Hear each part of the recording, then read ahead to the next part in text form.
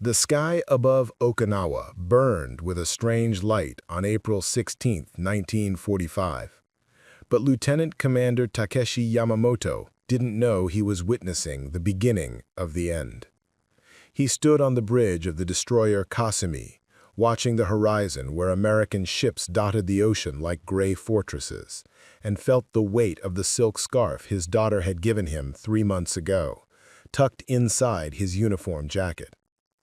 The fabric still held the faint scent of cherry blossoms from their garden in Yokohama, a smell that seemed impossibly distant now, like a memory from another lifetime. The morning air tasted of salt and fuel oil, thick enough to coat his tongue, and somewhere in the distance he could hear the drone of aircraft engines, always the engines, always coming closer. "Commander, the first wave is preparing for departure," said Ensign Kenji Matsuda, a young man of 22 whose hands never stopped trembling these days. Kenji had joined the Navy to honor his father, who had died at Midway. But now his eyes held a different kind of reverence, the hollow look of someone who had seen too many friends fly away and never return. He clutched a photograph of his mother and younger sister, their faces worn smooth from constant touching, and Takeshi noticed how the boy's fingers lingered on the edges, as if trying to hold on to something solid in a world that had become unmoored. "How many pilots this morning?" Takeshi asked, though he already knew the answer would carve another piece from his soul. 47, sir. Captain Hideaki Yamamoto will lead them." Kenji's voice cracked on the captain's name, and Takeshi understood why. Hideaki Sato had been everyone's favorite flight instructor back at Kanoya Air Base, a man who could make even the most terrified recruit laugh during training exercises. He had a wife in Nagasaki, a mathematics teacher named Yuki, who wrote him letters filled with equations and observations about their students, letters that Hideaki read aloud to the other pilots during evening gatherings, his voice soft with pride. Takeshi had watched Hideaki paint his wife's name on his aircraft's fuselage yesterday afternoon, each brushstroke deliberate and tender, the black characters gleaming wet in the sunset before drying into permanence.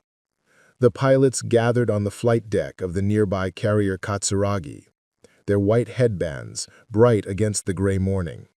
Takeshi could see them through his binoculars, 47 young men performing their final rituals, some writing last letters, others drinking sake from small ceramic cups that had been passed down through families for generations. One pilot, barely 19 years old, held a worn stuffed rabbit that his nephew had given him, and Takeshi watched as the boy pressed his face against the toy's threadbare fur before tucking it carefully into his jacket.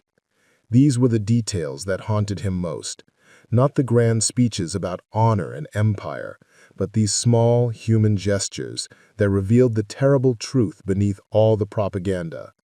These were boys pretending to be heroes, and they were all terrified. "Sir, Admiral Ugaki's orders are clear," said Ensign Kenji, reading from a transmission sheet. "Operation Kikusui Number 7, maximum force against the American radar picket stations. Intelligence suggests their defensive capabilities remain conventional. Expected success rate, 40 to 50% penetration." 40 to 50%. Takeshi felt something cold settle in his chest. 2 months ago, those numbers were realistic. The early Kamikaze attacks had achieved devastating results. Pilots breaking through American defenses, their aircraft slamming into carriers and destroyers with enough force to split steel and ignite ammunition magazines. He had watched the gun camera footage, seen the black smoke rising from American vessels, and felt a complicated mixture of pride and horror. But something had changed in recent weeks. The numbers were shifting. More pilots were disappearing before they reached their targets, shot down by anti-aircraft fire that seemed impossibly accurate, exploding in midair before they could complete their dives. The Americans weren't just getting better at shooting. They were hitting targets that should have been impossible to hit. "Launch when ready," Takeshi said, the words tasting like ash. The first Zero fighter roared down the deck, its engine screaming as it clawed for altitude. Then another, and another. Takeshi counted them as they rose into the pale sky. 1, 2, 5, 10, 20, 30, each one carrying a 500-pound bomb, and a pilot who had already written his death poem. Captain Hideaki's plane was easy to spot, the characters of his wife's name visible even from this distance, and Takeshi watched as the formation wheeled toward the American fleet, growing smaller and smaller until they were just dark specks against the clouds. 15 minutes later, the radio operator's voice cut through the bridge's tense silence. "Sir, we're receiving transmissions from the strike force. They're approaching the American picket line." Takeshi moved to the radio station, pressing the headphones against his ear. Static crackled and popped, punctuated by urgent voices speaking in rapid Japanese.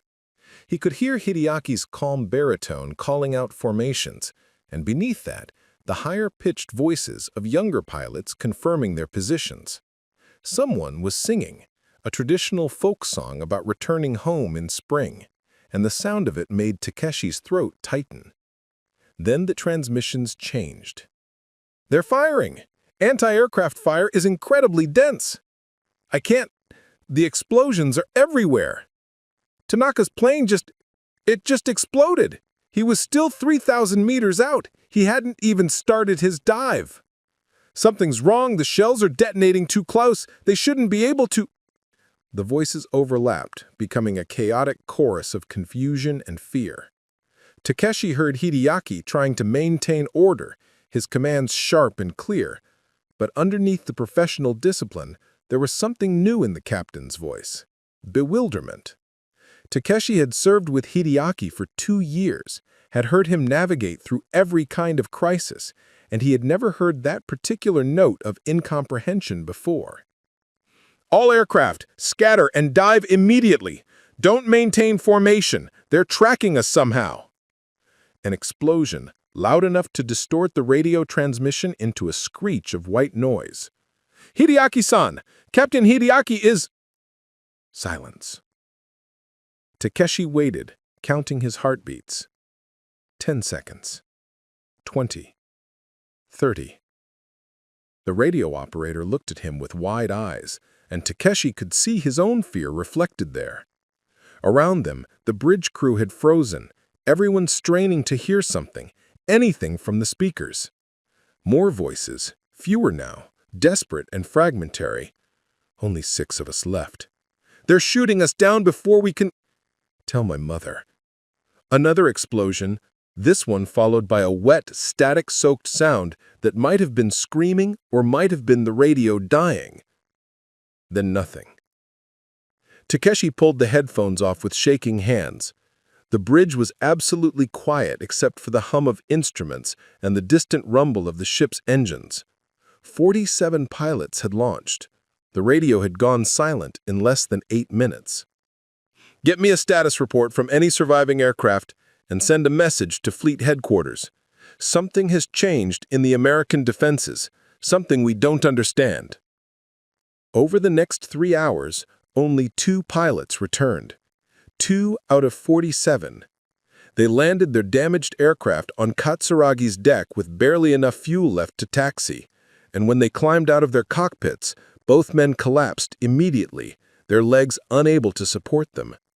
Takeshi went aboard to interview them personally, climbing down to the carrier's ready room where they sat wrapped in blankets despite the warm April air, their faces the color of old paper. The first pilot, Lieutenant Hiroshi Tanaka, was 24 years old and had been married exactly 6 weeks before shipping out. He clutched a cup of tea with both hands, but the liquid sloshed and spilled because he couldn't stop shaking. They knew where we were. They knew exactly where we were, even through the clouds. The shells were exploding right next to us, like they were designed to find us. I saw Watanabe's plane just exploded. He was 200 meters from me, and suddenly there was this burst of black smoke, and his Zero was just pieces falling into the ocean. He hadn't been hit by a direct shot. It was like the shell exploded near him on purpose. The second pilot, a quiet young man named Akira Yoshida, who had once studied engineering at Tokyo University, was more analytical. The detonations were proximity-based, he said, his engineer's mind still trying to make sense of what he had witnessed. The Americans have always had good anti-aircraft guns, but these shells were different. They weren't waiting to hit us directly. They were exploding when they got close, maybe 10 or 15 meters away. The shrapnel spread was devastating. It's like they've developed some kind of sensing mechanism, something that can detect when a shell passes near an aircraft. "That's impossible," said Commander Yoshito Nakamura, the Katsuragi's air operations officer, a gray-haired veteran who had served since the China campaign. "Shells can't sense anything. They're just explosive projectiles." "Then how do you explain this?" Akita's voice rose, the shock giving way to something sharp and angry. "How do you explain 45 aircraft destroyed in 8 minutes? We didn't even get close to their ships. Most of our pilots were shot down 3,000 or 4,000 meters out before they could begin their attack runs. That's not normal anti-aircraft fire, Commander. That's something new." Takeshi studied the young engineer's face, seeing the intelligence there, the desperate need to understand what had killed his comrades. "Did you see the American ships?" he asked quietly. "Yes, sir. I managed to break away and dive low, came in under their radar. I got close enough to see their destroyer's superstructure before I had to abort. They had guns firing continuously. The barrels were almost glowing from the heat. But it wasn't the volume of fire that was different. It was the accuracy. Every shell seemed to know where we were. It was like fighting an enemy that could see the future." That phrase echoed in Takeshi's mind for the rest of the day. An enemy that could see the future. He wrote it in his personal log that evening, sitting in his cramped quarters aboard Kasumi, with the single overhead light. Light casting harsh shadows across the page. The silk scarf from his daughter lay on the desk beside him, and he found himself touching it periodically, seeking comfort in its softness. His daughter, Yuki, named after Captain Hideyaki's wife, because Hideyaki had been present at her birth and had helped Takeshi's wife through a difficult labor when the doctors had said the baby might not survive, was 11 years old now. She loved mathematics like her namesake, and in her last letter, she had told him about a geometry problem she'd solved that had stumped her entire class. She had included a drawing of the solution, the lines careful and precise, and at the bottom she had written, "Come home safe, Papa. I still need to show you my proof." He would never see Captain Hideyaki again. The man who had laughed at his jokes, who had held his infant daughter while Takeshi's wife recovered, who had taught Takeshi's navigation class at the academy and had once saved his life during a training accident. That man was gone, reduced to a brief explosion somewhere over the ocean, his body and his aircraft now scattered across kilometers of seafloor. Yuki Sato, the mathematics teacher in Nagasaki, would receive a letter in 2 weeks, and she would read that her husband had died honorably for the empire, and she would never know the truth. That Hideyaki had died confused and afraid, shot out of the sky by a weapon he didn't understand, unable to complete the mission that was supposed to give his death meaning. Takeshi pressed his hands against his eyes, feeling the pressure build behind them. Around him, the ship creaked and groaned, the metal hull flexing with the ocean swells. He could hear footsteps in the passageway outside, the low murmur of sailors' voices, the distant clang of the engine room. Normal sounds. But nothing felt normal anymore. On his desk lay a folder marked Intelligence Reports, April 1945. He opened it, scanning through the sparse information they had gathered about American naval capabilities. The reports mentioned improvements in radar technology, better fire control systems, increased gun crew training. But nothing that explained what had happened today. Nothing that could account for a 96% casualty rate in 8 minutes. Something had changed, and if they didn't figure out what it was, every pilot who launched from now on was flying towards certain death. Not the honorable, meaningful death of a warrior who died striking at his enemy, but the futile death of a target in a shooting gallery, destroyed before he could even see his target. Takeshi reached for his pen and began writing a detailed report to Admiral Ugaki, choosing each word carefully. He needed to make headquarters understand the urgency without sounding like he was making excuses for the mission's failure. He needed to convince them to investigate, to find out what the Americans had deployed, to give their pilots some chance of success. But as he wrote, a deeper fear gnawed at him. What if headquarters already knew?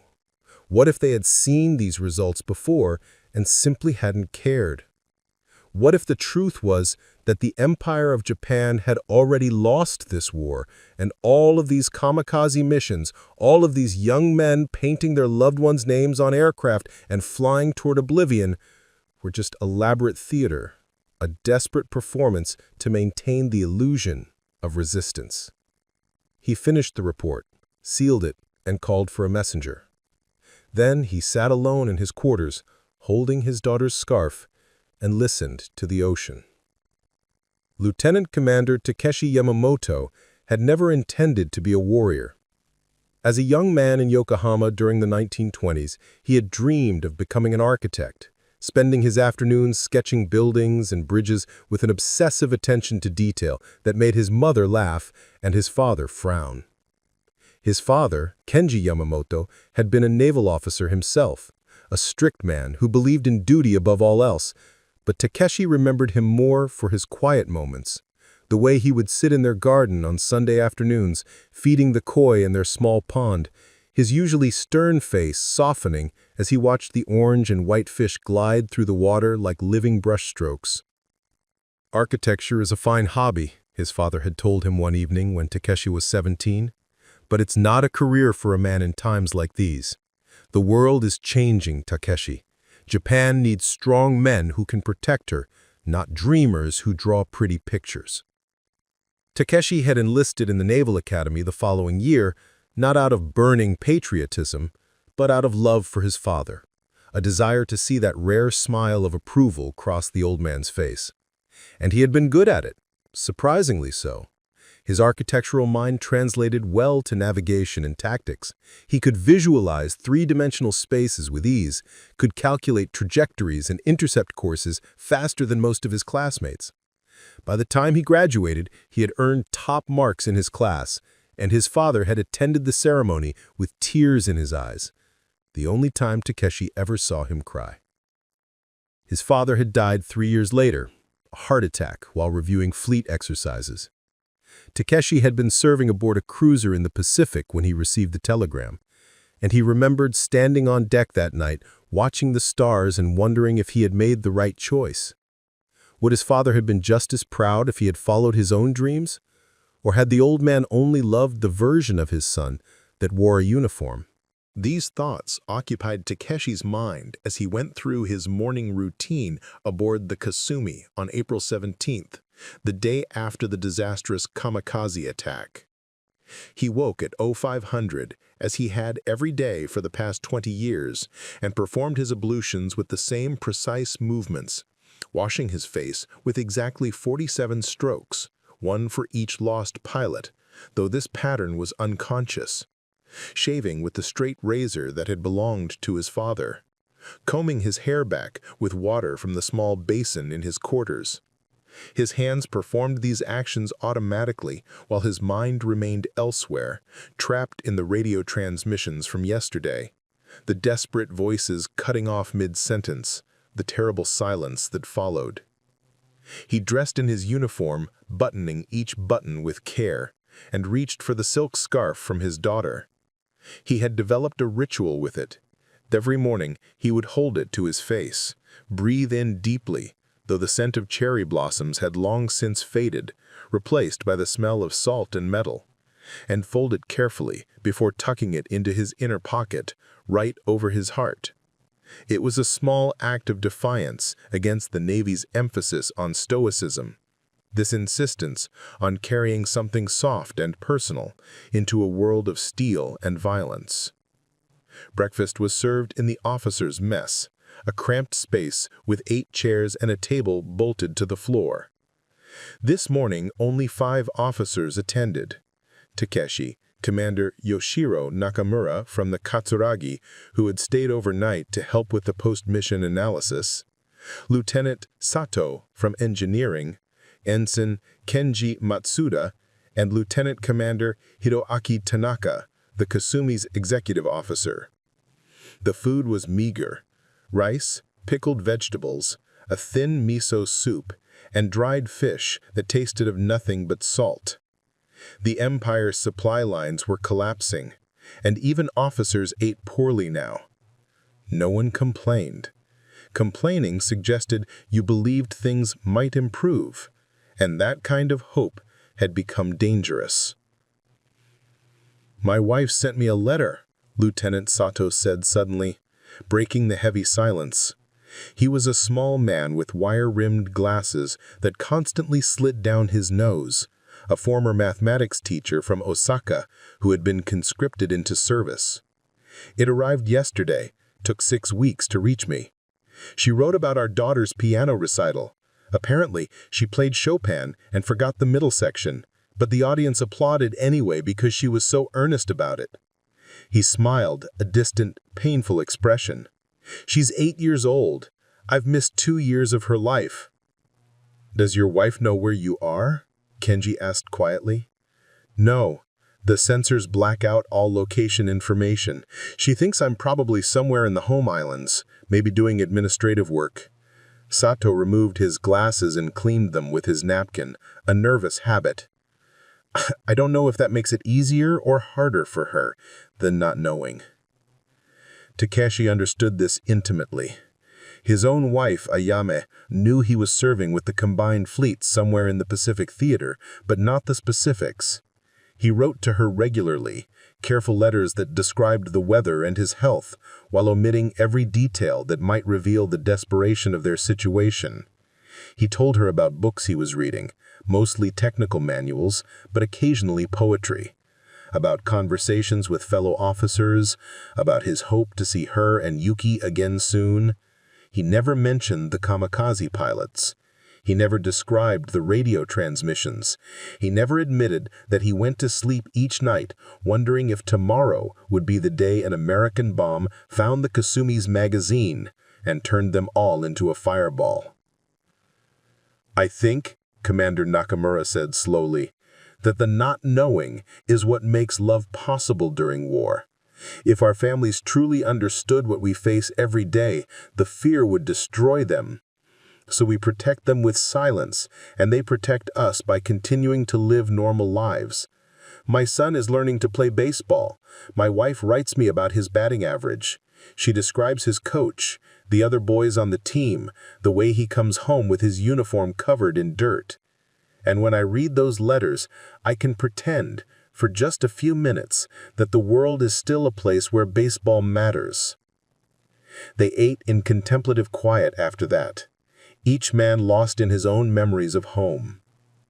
Takeshi thought about his house in Yokohama, a modest but beautiful structure that he had designed himself during a brief period of leave in 1938. It had large windows that caught the morning light, a small garden where Ayame grew vegetables and flowers, and a study where Yuki did her homework at a desk that had belonged to Takeshi's father. He wondered if the house still stood. American B-29s had been bombing Japanese cities with increasing frequency, and Yokohama was a major port city, a prime target. He tried not to think about what would happen if a firebomb fell on that street, on that house, on the people who made his life meaningful. After breakfast, Takeshi made his rounds of the ship, a daily routine that he maintained religiously. The Kasumi was an aging destroyer, launched in 1939, now showing the wear of 6 years of constant service. Rust bloomed along her railings despite the crew's best efforts. The deck plates were worn thin in places where countless footsteps had abraded the metal. The gun mounts squeaked when they transversed, needing lubricant that was increasingly scarce. She was tired, just like everyone aboard her. He stopped to speak with Petty Officer Takahashi, a burly man from Hiroshima who maintained the forward gun mounts. Takahashi was 42 years old, ancient by Navy standards, and had 3 children whose photographs he kept wrapped in oilcloth in his pocket. He showed them to Takeshi regularly. The same 3 images Takeshi had seen dozens of times. 2 boys and a girl, standing in front of a small house, smiling at the camera.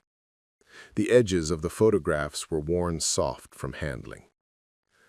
"The guns performed well yesterday," Takahashi said, his hands never stopping their work as he cleaned carbon deposits from a breech mechanism.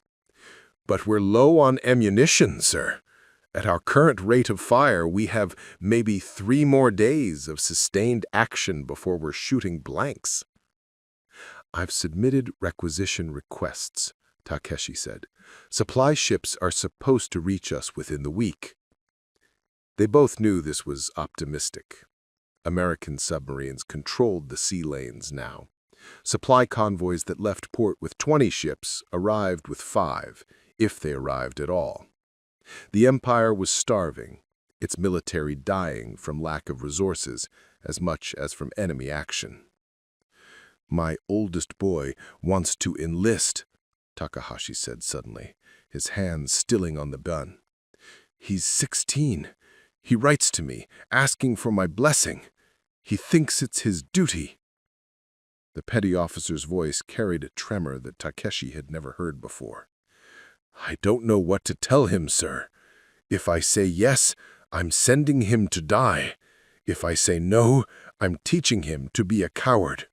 What does a father do with that choice?" Takeshi had no answer. He placed a hand on Takahashi's shoulder, a breach of protocol, but he didn't care, and stood there for a moment, 2 fathers trapped in an impossible situation. Finally, he said, "Tell him to take care of his mother and sister. Tell him that's his duty right now. The military has enough men." It was a lie, and they both knew it. The military never had enough men, not anymore. But Takahashi nodded, grateful for the permission to prioritize his son's life over abstract concepts of honor.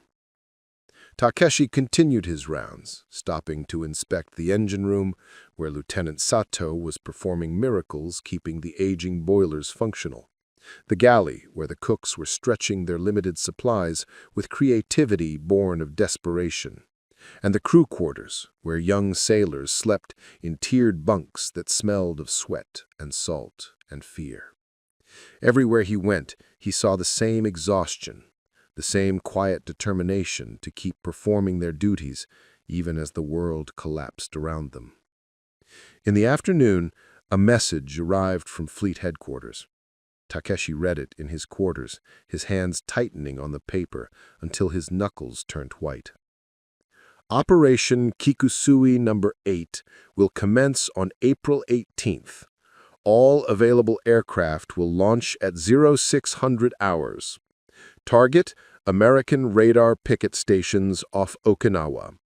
Expected success rate, 40 to 50% penetration. Pilots are reminded that death in service to the Emperor is the highest honor." 40 to 50%. The same estimate as yesterday, despite yesterday's results showing that the actual survival rate was closer to 4%. Either headquarters hadn't read his report, or they had read it and chosen to ignore the implications. Takeshi felt a hot surge of anger, quickly suppressed. Anger was useless. Anger changed nothing. He was required to attend the pre-mission briefing aboard the Katsuragi that evening. He made the trip by launch, a small motorboat that chugged across the kilometer of ocean separating the 2 ships. The sea was calm, reflecting the orange sky of sunset, and Takeshi found himself thinking about a different time, a different ocean. Ayame and Aomi had taken a boat trip once, during their honeymoon in 1928. They had rented a small sailboat and spent an afternoon navigating the waters around Enoshima Island, laughing when they nearly capsized, drinking sake as the sun set. Ayame had worn a white dress that caught the wind, and her hair had come loose from its pins, and Takeshi had thought he might die from the sheer intensity of his happiness. That memory felt like it belonged to a different person, someone naive enough to believe happiness could last. The Katsuragi's ready room was crowded with pilots, 38 young men who would fly tomorrow morning. They sat on folding chairs, their faces composed into masks of determination that couldn't quite hide the fear underneath. Captain Hideaki's empty seat seemed to dominate the room, a silent accusation. A new mission commander stood at the front. Captain Masao Watanabe, a stocky man of 35 with a scar across his left cheek from a training accident. Watanabe was competent but uninspired, the kind of officer who followed orders without question, and Takeshi could see the pilot's disappointment. They had loved Hideaki. They would obey Watanabe, but it wasn't the same. Takeshi wanted to stand up and scream.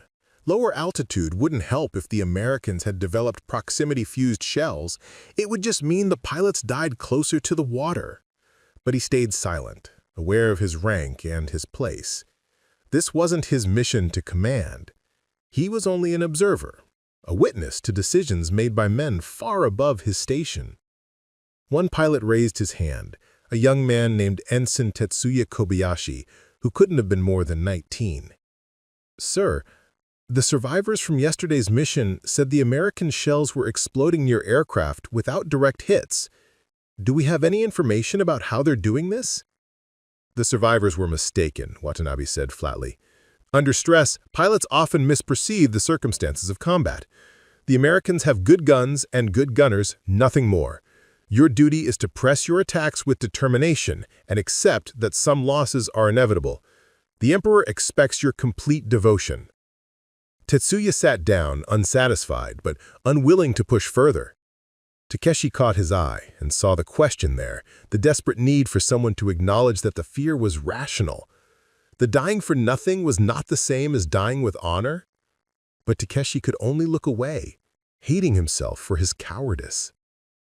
After the briefing, Takeshi lingered, watching the pilots prepare for what might be their last night alive.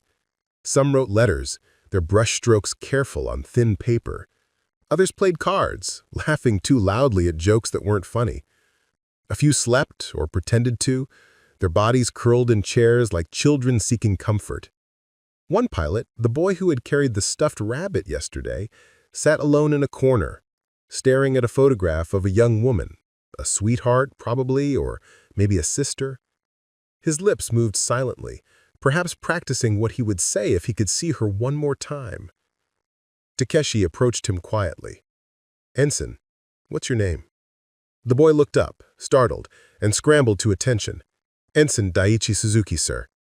"At ease. I'm not here officially." Takeshi gestured to the photograph. "Is that your family?" "My fiancée, sir. Haruka. We were supposed to be married in June, but—" He trailed off, the sentence needing no completion. "She teaches kindergarten in Sapporo. She sends me drawings from her students. They're wonderful, all these bright colors and strange proportions, the way children see the world." His smile was genuine for a moment, then collapsed. "I don't want to die tomorrow, sir. Is that shameful?" The question hung between them, dangerous and honest. Takeshi should have given the official answer.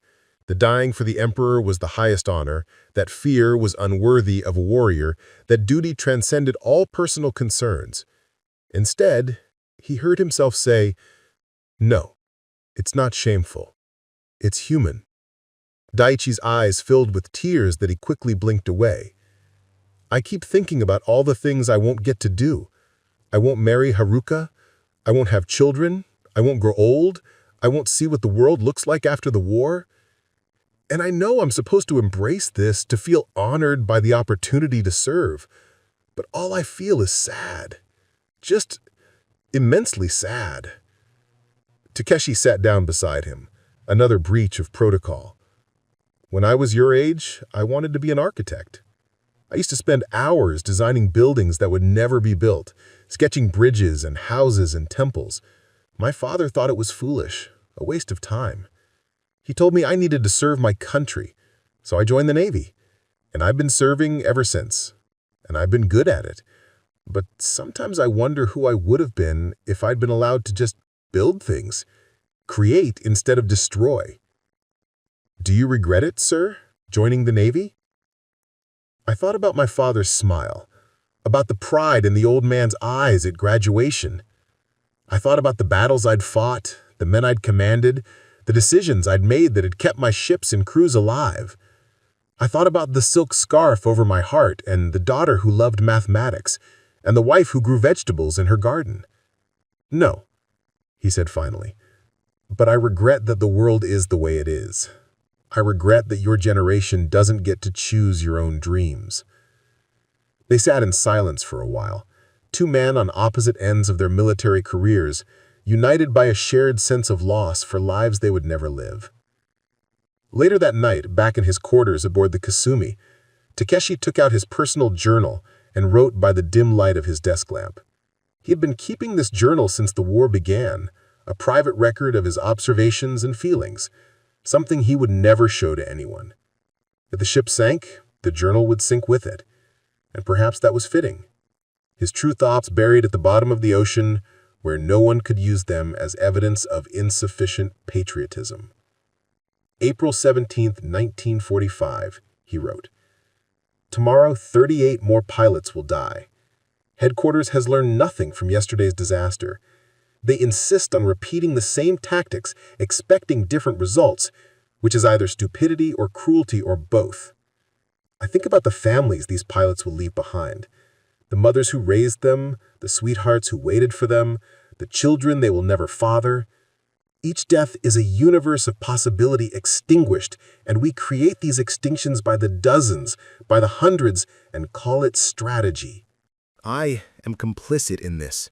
I wear the uniform, I follow the orders, I maintain the machinery of death. When I return home, if I return home, will Yuki be able to look at me and see a hero? Or will she see what I truly am, a man who watched boys die and did nothing to stop it? Hideaki used to say that the purpose of leadership was to minimize suffering, to find the path that caused the least pain while still accomplishing the mission. But what happens when the mission itself is the cause of suffering? What happens when there is no good path, only degrees of horror? I don't have answers.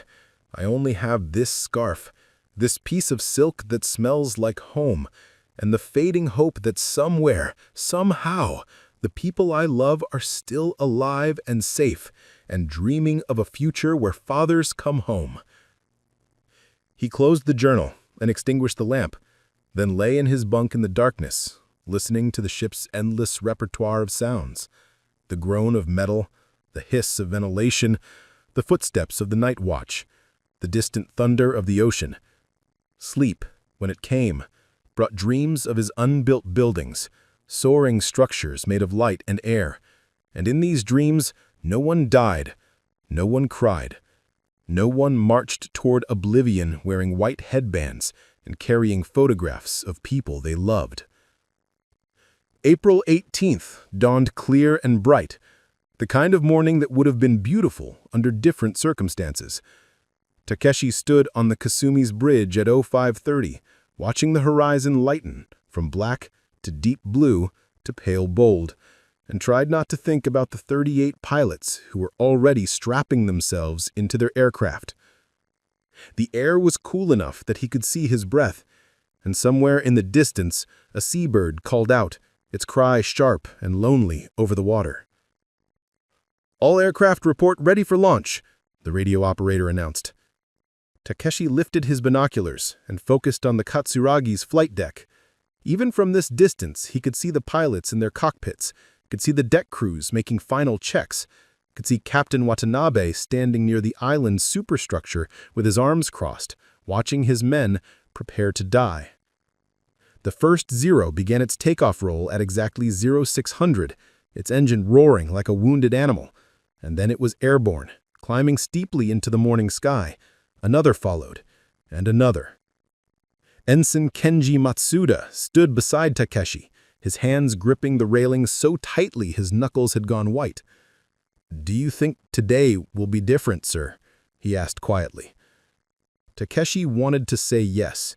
He wanted to offer hope, to believe that yesterday had been an aberration, that today's mission would succeed where yesterday's had failed. But he had spent— I am complicit in this. I wear the uniform, I follow the orders, I maintain the machinery of death. When I return home, if I return home, will Yuki be able to look at me and see a hero? Or will she see what I truly am? A man who watched boys die and did nothing to stop it. Hideaki used to say that the purpose of leadership was to minimize suffering, to find the path that caused the least pain while still accomplishing the mission. But what happens when the mission itself is the cause of suffering? What happens when there is no good path, only degrees of horror? I don't have answers. I only have this scarf, this piece of silk that smells like home, and the fading hope that somewhere, somehow, the people I love are still alive and safe and dreaming of a future where fathers come home. He closed the journal and extinguished the lamp, then lay in his bunk in the darkness, listening to the ship's endless repertoire of sounds, the groan of metal, the hiss of ventilation, the footsteps of the night watch, the distant thunder of the ocean. Sleep, when it came, brought dreams of his unbuilt buildings, soaring structures made of light and air, and in these dreams no one died, no one cried, no one marched toward oblivion wearing white headbands and carrying photographs of people they loved. April 18th dawned clear and bright, the kind of morning that would have been beautiful under different circumstances. Takeshi stood on the Kasumi's bridge at 0530, watching the horizon lighten from black to deep blue to pale gold, and tried not to think about the 38 pilots who were already strapping themselves into their aircraft. The air was cool enough that he could see his breath, and somewhere in the distance a seabird called out, its cry sharp and lonely over the water. "All aircraft report ready for launch," the radio operator announced. Takeshi lifted his binoculars and focused on the Katsuragi's flight deck. Even from this distance, he could see the pilots in their cockpits, could see the deck crews making final checks, could see Captain Watanabe standing near the island superstructure with his arms crossed, watching his men prepare to die. The first Zero began its takeoff roll at exactly 0600, its engine roaring like a wounded animal, and then it was airborne, climbing steeply into the morning sky. Another followed, and another. Ensign Kenji Matsuda stood beside Takeshi, his hands gripping the railing so tightly his knuckles had gone white. "Do you think today will be different, sir?" he asked quietly. Takeshi wanted to say yes. He wanted to offer hope, to believe that yesterday had been an aberration, that today's mission would succeed where yesterday's had failed. But he had spent